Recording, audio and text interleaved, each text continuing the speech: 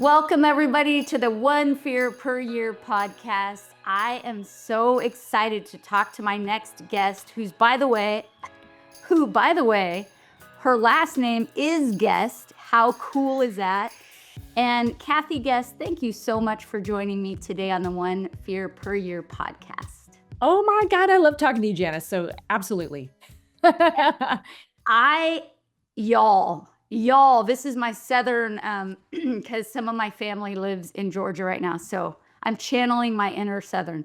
Y'all are going to love Kathy and what she talks about because her journey is amazing. And what she does right now is, for many of us, unthinkable. So, Kathy, tell us what it is that you do, both, personally, professionally, kind of that mix. Where are you at? Yeah, it's an interesting journey. So the short of it is that I spent over 2 decades in tech by day, and then at night I was doing comedy, stand up. I started in stand up right after college, and then I did Second City sketch writing, and then I did improv. So 5 6 nights a week, I'm this. I'm going to the stage and I'm growing and I'm learning and I'm making mistakes. And then there's the corporate, by day. I was like, where we'd leave our personality in the parking lot because being a woman in tech, right? That's kind of what we did. We can talk about that. And so over time, I realized that this kind of fragmentation, it leads to us not feeling whole. And I started to just merge the two, no matter what people said. Not everybody liked it. That's okay. I liked it. And then eventually, after like 2 decades of being in tech and doing comedy at night, I said, this is ridiculous. And I left to start my own business, which really merges the two. So I'm merging strategy and all my leadership training, and I led teams globally. But we infuse a lot of comedy into that because I really believe that comedy is about empathy and psychology and human behavior, and it brings out our best. It brings out our best, and we shouldn't fear it. And so that's really sort of the work I do, is helping teams and companies not fear it, but look at it as the human antidote that they desperately need. And why do we fear it so much, specifically in corporate America? And Yeah. why? Coming in tech, I think tech is very much based. I can speak only from the one industry that I was in. But if you think about what tech is algorithms, it's science, it's ones and zeros. And that's not how humor works. Humor is a lot of art, and it's a lot of failing, and it's a lot of making mistakes and looking silly, and in a good way. Silly is not bad. So I think when you're talking about an industry that sort of prides itself on, like, algorithms and, like, all that other stuff and getting it right, I don't think it's scary for people to then get their arms around something that is about risk taking and looking silly and making mistakes in front of other people. And that's a hard thing for people to get their arms around, but I think it's about reframing that. So nobody wants to look foolish. Our biggest fear is to look silly, to fail, to hear about it from everybody. And I think that's such a deep-seated human fear that it gets in the way of us trying and growing. And that's really the thing. Yeah. And I mean, yes, in the way of trying and growing, it's like, oh, what are they going to think? Uh, Yes. how do you do that? How do you merge in when you go in to speak at a company? How do you let them be right or want to have their algorithms of things and right? That's such Yeah. an improv thing. This, Yeah. that. The and is the bridge. The and is the bridge. It's not about replacing what they're doing. It's about augmenting and disrupting patterns that are on repeat and they may not be aware of, so that they can make a new choice. So sometimes on autopilot, we yes, but, or we say no, or we shut down creativity. And what I think improv and comedy thinking specifically do is they will make you funnier, and they'll make you funnier because they get you out of your judgment brain and into your gut brain and you're having fun brain. So you bypass the logic brain and into let's just play and have fun. And when you do that, you're in possibility thinking. So it's not about, hey, you're wrong and I'm right. Not at all. It's about there's many possibilities to solve this, and why don't we play and see what we come up with? And when we teach people to get out of that same rut of thinking, we start seeing things in new ways. So it's about you can have your discipline and you should, and we have to have processes or things don't work. However, when it stops serving people and process becomes the king and people become secondary, we really have lost something because the process is there to serve people and it's to serve the company. So I find that when we get people out of that same way of thinking, Janice, people all of a sudden they're laughing, they're having a great time, and they're coming up with new insights. Yes. Who doesn't want that? This is so good. It's You so know? good because it is I see both sides. I mean, because Yeah. I had been stuck in fear for so much of my life that I get it. But then on the other Yeah. side of doing a little stand-up comedy, watching comedy all the time. Like if you give me a choice of what do you want to watch on TV, I'll tend to go to stand-up comedy Mm. or a rom-com or something. There's Yeah. something so beautiful about the let loose, like laughing from the gut, just having a great time that Yeah. does unlock. So you talk a Yeah. lot about this unlocking of human potential. Yeah.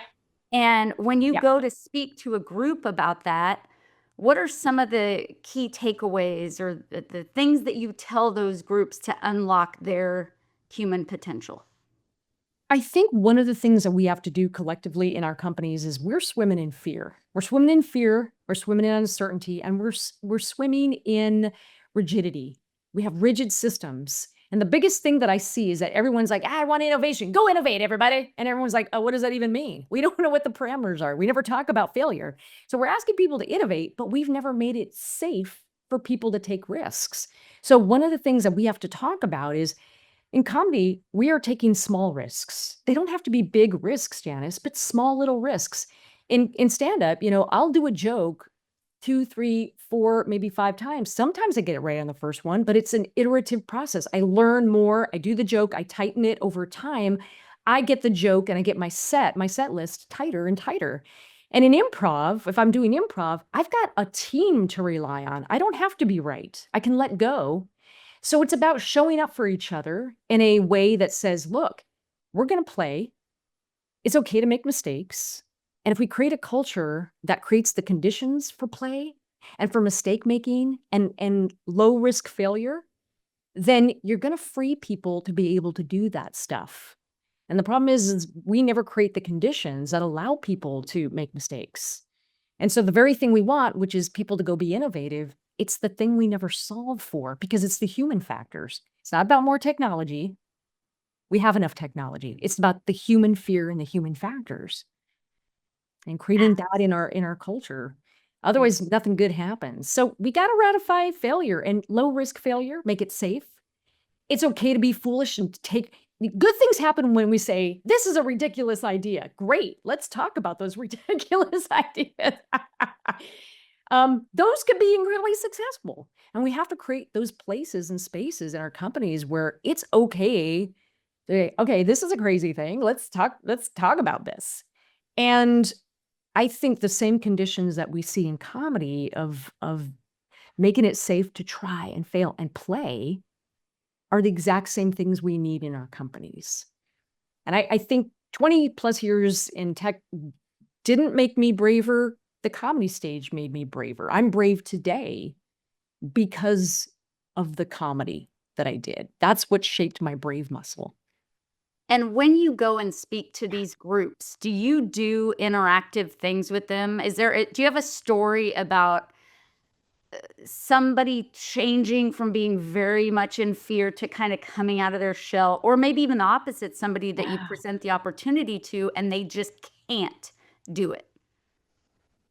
It's interesting. I've got a bunch of stories. I've seen people with their arms folded and like play, huh, humor, huh, But then when they see people having fun in a facilitated environment where there is no bad idea, I make it safe. We're going to celebrate making mistakes because that's how we learn and grow. Pretty soon something happens is that even the most I think like super serious like executive is like, they look like they're having fun, and I kind of want to do that. They lean in a little bit and they're like, this seems really fun. And then they're waiting for permission to play. They're waiting to see, is it normalized and is it safe?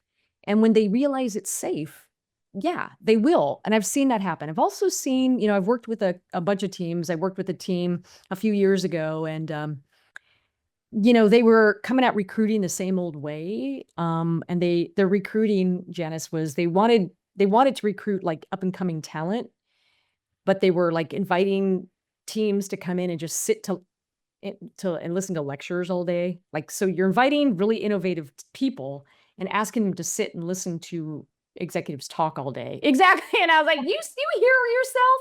This isn't innovative.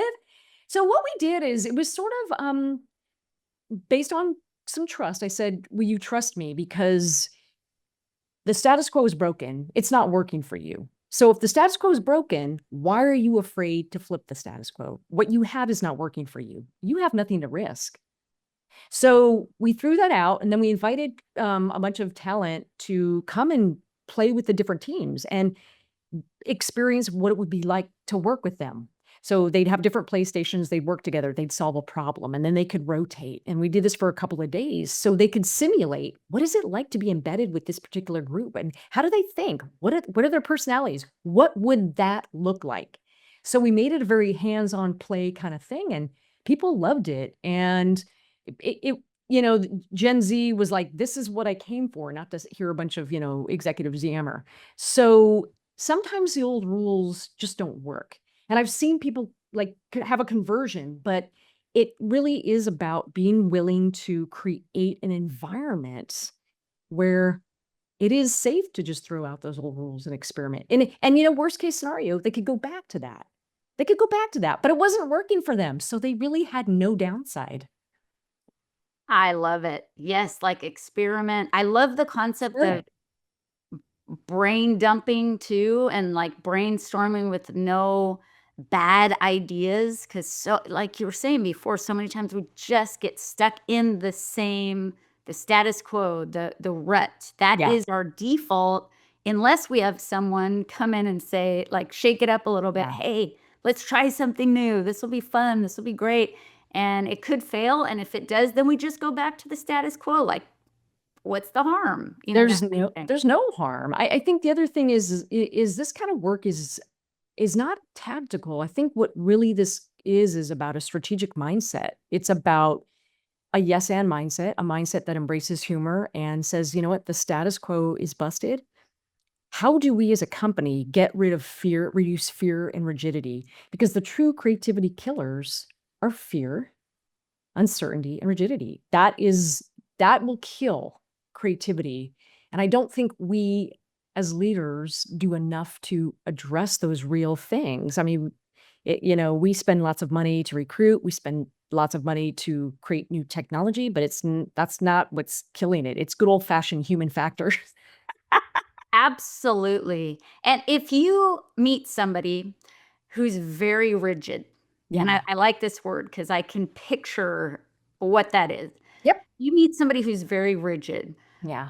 What are some, if you could just throw out advice and takeaways, things they could do that if they implemented them, they would just start to like feel the tension just like melt off their shoulders. What are some of those things that you would tell them? I would say to leaders and to folks, individuals that are showing up, what would it be like if you gave yourself a little bit more credit and you lightened up with yourself? What would it look like if you showed up a little bit, had more fun? What would it look like if you showed up and a lot more yes and, which is improv, yes and then move that idea forward versus yes but? What would it look like if you lightened up a little bit and brought a little bit more laughter? And leaders, what would it look like if you showed up and modeled that behavior? So, what would a little bit of experimentation and a little bit of micro you preach this, Janice. This is you're a great model of it. It's like one fear per year. And I think the same thing is true of change is that if we just try micro moments, a little bit more laughter in the workplace, how can I show up a little more playful? How can I bring a little bit more of my levity, my organic, not force, but my organic, sense of humor, as long as it's, on the right side of like, topics. if we just micro moments of connection, that builds the trust with our coworkers that we need to crack the rigidity code. Employees, in my opinion, are desperate. They're desperate. They're hungry. They want to laugh more. They want to lighten up. They hate it. But they're also, that just shows you, I think, the trust gap between where leaders are and a lot of employees. There's that trust gap, and it's real. So if you're a leader that has high trust with your employees, kudos, because that tends to be the exception today rather than the rule. Absolutely. And so what the word that came to mind as you were talking is intentionality. Just Yes. be intentional. Yeah. That's come up so much for me lately Yeah. of just this idea of things that I want to change or needles that I want to move. I just have to be intentional, and it doesn't have to be big, ginormous thing. Ah, Saying little micro, but you're intentional about it. intentional. It's very interesting to me that, we have somebody said to me, well, we don't have a culture. And I'm like, you have a culture. It may not be a good one, but you have a culture. Our Everybody has a culture culture. So you Your can either, culture sucks, but exactly, you your have culture one. just sucks. I'm sorry. I mean, shh. But the rotating line of employees should tell you that. Um, and it is true. And so the curation of like culture, it's an intentional thing and it can be micro moments. It can be having bold spaces where every day, you have a bold space where people can come and pitch ideas or solve issues or try new stuff. And there's no judgment. And there has to be these bold spaces. And here's the one thing that I know for sure from comedy, and I know this, we have to be okay with a certain amount of failure. We have to make it safe. I'm not talking about betting the farm. I'm talking about little brave moments. We have to start to turn that tide of trust. But I'll tell you what, I've learned a lot of things in many years of business. And the one thing I know that is true is that laughter is the single biggest measure of cultural health. When nobody's laughing, your culture is hosed.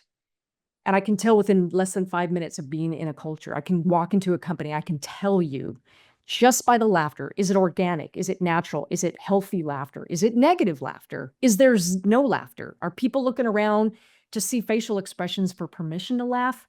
Dead culture. So that to me is a single biggest health indicator. And when laughter goes, your best people are not far behind. That much I know for sure. Absolutely. Yeah. That's so interesting you say that Yeah. because I just facilitated this training for a construction company. And I walked in, there was probably about 20 people there, and it was, laughing, like, joking, great at boba drinks, they brought snacks, it was you could just tell, like you were saying. I walked in, I don't do this very much, so that's why I'm sure you've seen a lot, more groups Yes. and things like that, but I was like, "This is cool." They had a ping pong table, it was, like, very like a fun kind of environment in that training space, and I just Yeah. loved it and felt it, and you knew it the moment you walked in, and so I know exactly You what you're do. talking about. You do. It's that energy and you can't fake it. It's either real and organic and lifting each other up and laughing together, or it's not, or it's negative and you feel it really quickly. And that is something that's my shorthand for, it's sort of my weather vane, the Kathy weather vane, science weather vane of like, yeah, I just know when I walk into a place, the energy that I feel does Yeah. not lie, Right, right. Ooh, energy does not lie, does huh? not lie. This is Oh, I've been doing this a long time. yes, yes, and you have that discernment and kind of this intuitive sense too about people in Yes. groups. So Yes. you're an amazing guest. I could talk to you for a few hours, but we're running out of time. So Yeah. one last question, Yeah. no right or wrong answer. Yeah. Yes, and if you were to tell us for you what the exact opposite of fear is in one word, what would your exact opposite of fear word be?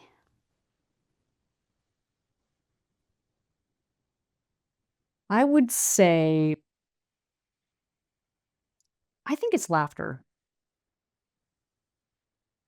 And 2 words, healthy laughter, positive laughter, not negative laughter, not nervous laughter. Yeah, healthy laughter. 'Cause you're just free, you're letting go, there's You're no letting fear go. involved in that. You are not judging yourself. You are not judging anyone else. You are in a place of accepting yourself, and I believe that when we laugh from joy, it is our truest expression of ourselves. It is the true we show who we really are in that moment, and we are free of judgment and all of that. So, I have other words, but I'd say laughter, but there's 3 words that come to mind. That's the first one I think that comes to mind. Okay, just for fun, give us the other 2 real quick. I'd say possibility, and then the 3rd one would be play, playfulness. Beautiful. Oh, Kathy, you are an amazing guest, Kathy Guest. And thank you for coming on today and sharing just your heart, your beautiful energy, which let me tell you, the first day I met you, I was just drawn toward you. Love your energy, your spirit, who you are. So keep showing up, keep spreading the love, keep spreading the laughter. And until next time, everybody, y'all do the same. Go out there, laugh, play, skip rocks, have the best time.